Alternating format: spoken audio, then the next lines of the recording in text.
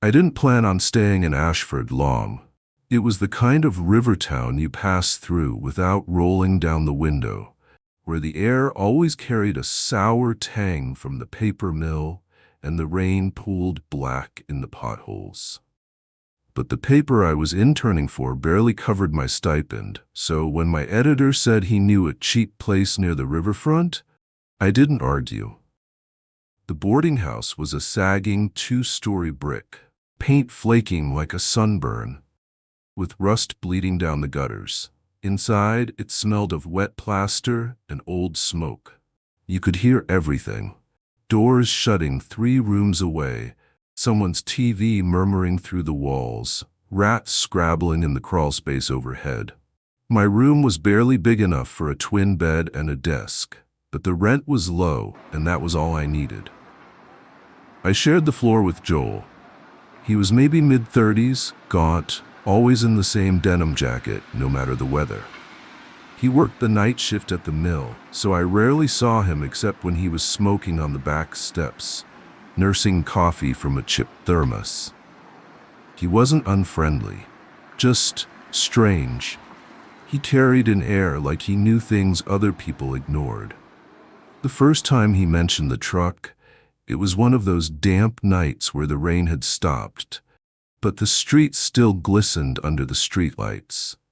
I was sitting on the steps half dozing with a beer when Joel lit up beside me. He smoked in silence a while, staring out at the river before asking, "You ever hear the jingle out past midnight?" I frowned. "What jingle?" "The truck," he said like it should have been obvious. "They call it the midnight ice cream truck." I snorted. "Sounds like some dumb urban legend."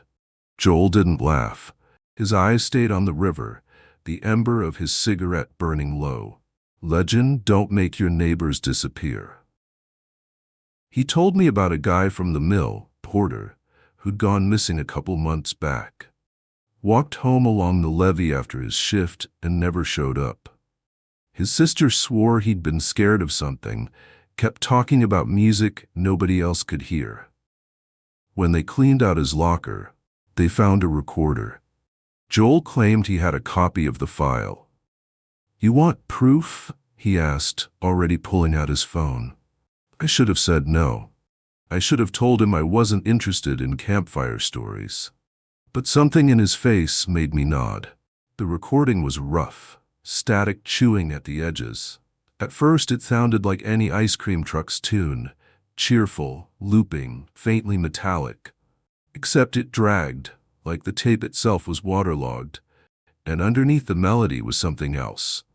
A wet, sloshing rhythm, like oars dipping in a river.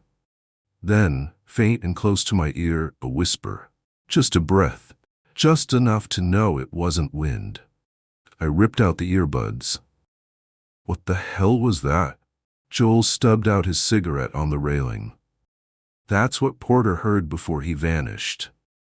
I laughed too quickly, shaking my head, telling him it was just a trick of the recording. But my skin crawled, and the sound seemed to hang in the back of my skull long after I handed his phone back. That night, I couldn't sleep. The room felt too tight, the mattress too thin, every creak of the house amplified. Past 2 in the morning, rain started up again, drumming soft against the glass. I told myself I was imagining things, that my brain was still playing tricks from the recording. But somewhere in the spaces between the raindrops, I could have sworn I heard it, a thin, wavering melody, threading through the dark. The city council had me covering dull scraps of news, rezoning meetings, parking lot debates, anything nobody else wanted. That's how I ended up at the old shipping warehouse by the river, where developers were arguing over whether to gut it or tear it down. The building sat like a carcass at the edge of town, windows shattered, corrugated siding eaten by rust. When the meeting ended, everyone shuffled off toward their cars. I lingered, notebook still in my hand, staring at the warehouse. The place was hollowed out, its roof sagging, but the silence inside felt wrong, like it was holding its breath. Then I heard it. Faint at first, so faint I thought it was just a memory. A lilting tune carried on air thick with river mist. The melody wavered, tinny and uneven, bouncing against the iron ribs of the warehouse. My chest tightened. It was the same tune Joel had played me. I stood rooted to the spot, telling myself it was just some broken PA system left behind. But then came the ripple. Out on the river, black water shivered, disturbed by something moving just beneath the surface. I snapped my notebook shut and walked fast toward downtown, refusing to look back. By the time I reached my room that night, I'd convinced myself I'd imagined it. The warehouse had played tricks on me. That was all. But close to 2 a.m., I woke to silence so thick it pressed against my ears. Then the jingle returned, crawling through the thin walls of the boarding house. I sat up, pulse hammering. This wasn't in my head. Moving slow, I crept to the window and peeled the curtain back an inch. There it was. An ice cream truck rolled down the gravel road by the river. Its paint was a patchwork of flaking white and rust, with faded cartoon cones smiling through the decay. The headlights were weak, yellow orbs, barely cutting the mist. A bent antenna jutted from its roof, buzzing faint blue. And the sound, God, the sound. The jingle juttered out of dented speakers, each note warped as if drowning. Layered beneath it, I swore I heard children giggling. Not playful giggling. Giggling muffled, breathless, like it came from behind a hand. The truck crawled past so slowly it could have been a funeral procession. Its wheels crunched against the gravel with unnatural patience. As it drew closer, the melody faltered, sputtering like a record at the wrong speed. My breath fogged the glass. I forced myself back from the window, pressing flat against the floor. My hands shook as the music swelled right outside. I pictured the truck parked there, idling beneath my window, its door sliding open with a rusted groan. But after a minute that stretched forever, the music began to fade. The crunch of tires grew faint.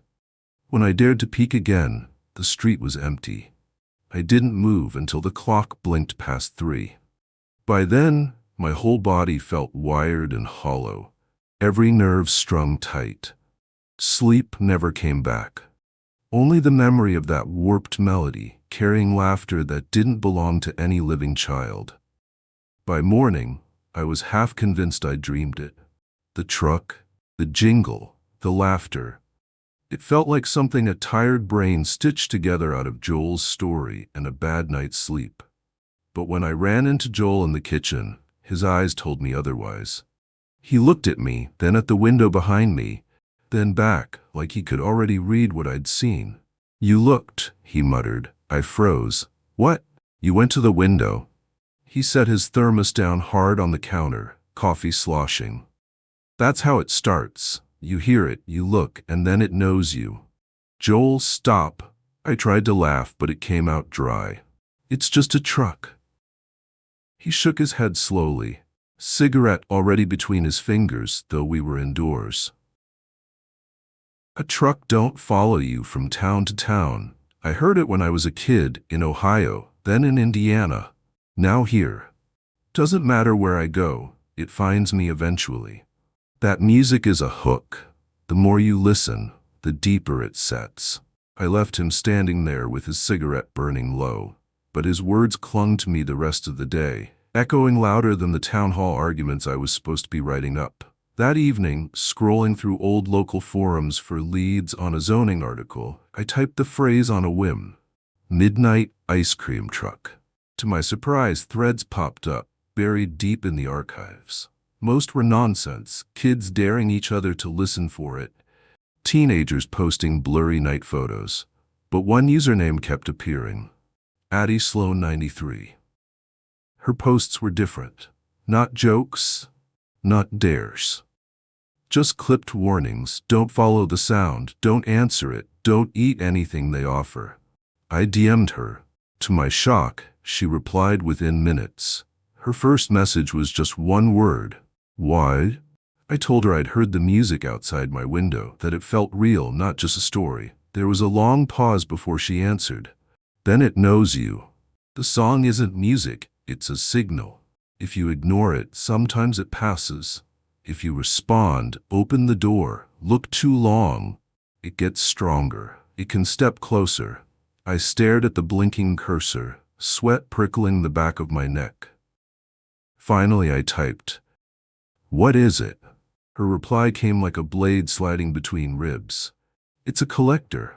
It doesn't want you to buy, it wants you to come outside." Before I could respond, she logged off. That night the house smelled strange, sweet, cloying, like fruit left too long in a hot kitchen. It seemed to seep from the floorboards, threading through the wallpaper. Joel knocked once on my door, hard. "Don't listen to it," he said through the wood. His voice was ragged, like he'd been crying. "Whatever you do, don't let it in." I sat up the rest of the night, laptop open, cursor blinking on an empty document. At some point, the silence outside grew so total it was louder than noise. And then, faintly, the jingle started again. Not out on the street this time. Inside the walls.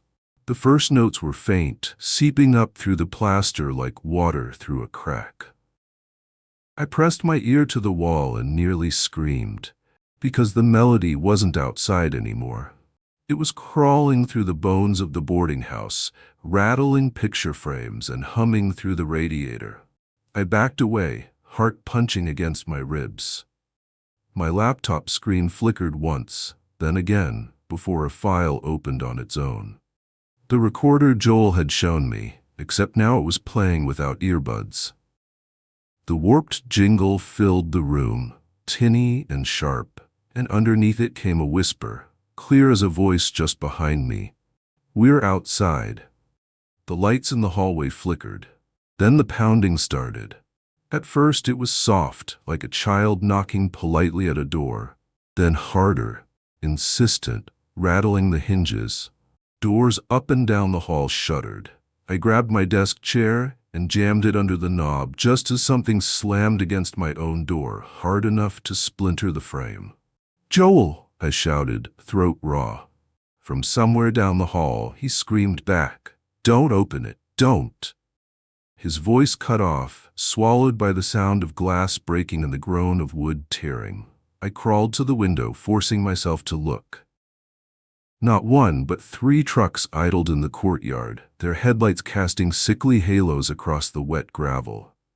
Their speakers blared out of sync, weaving the jingle into a maddening tangle of notes. Shapes gathered around them, figures slouched and jerking, arms too long, heads tilted at broken angles. They moved in stuttering bursts like film-skipping frames. One lifted its face toward my window. The skin was slack, gray, stretched too thin over the skull. The mouth opened wider than it should, splitting, and out of it poured the same warped melody, perfect in pitch with the trucks. I stumbled back, covering my ears. But the sound wasn't just heard. It vibrated in my teeth, pressed against my chest, wormed into my skull. I screamed just to hear something else, and for a moment the jingle stuttered. That's when the knocking at my door stopped. I thought I'd bought silence. Relief flickered, brief. Then the doorknob turned. The chair screeched as it dragged across the floor. The door eased open an inch, then 2. Beyond it, the hallway was dark. Too dark, as though the light itself had been swallowed. A smell rolled in, thick and rotten sweet, like fruit fermenting in heat. I slammed the door shut with everything I had, jamming my shoulder against it until the frame held.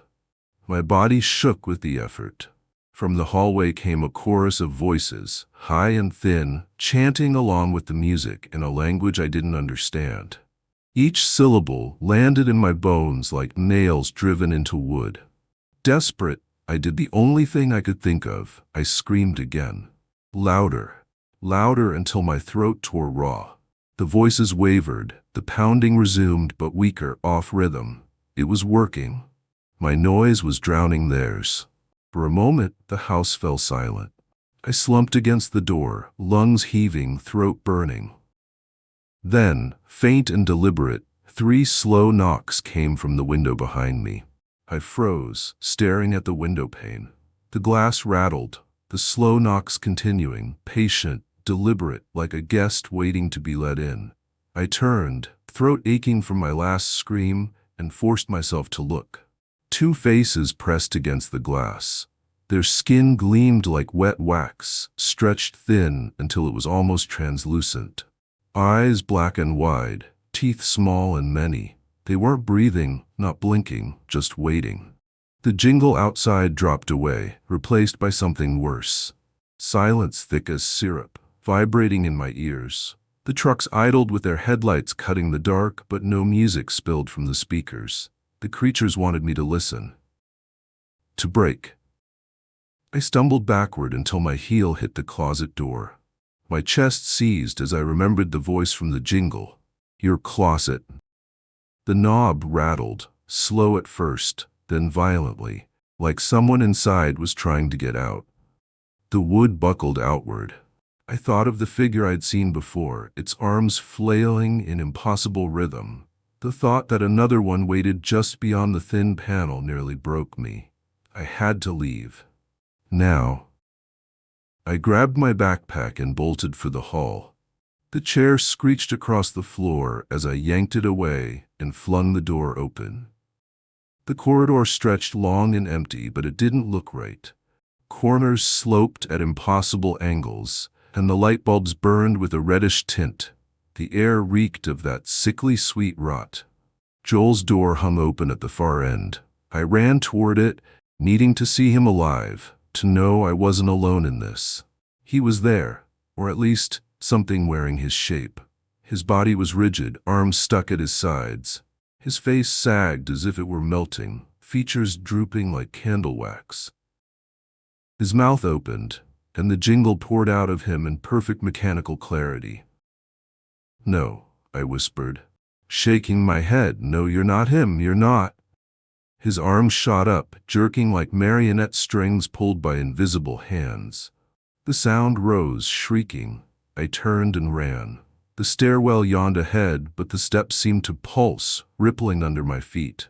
My vision swam, the melody rattling my bones. I tripped and slammed into the railing, almost pitching over.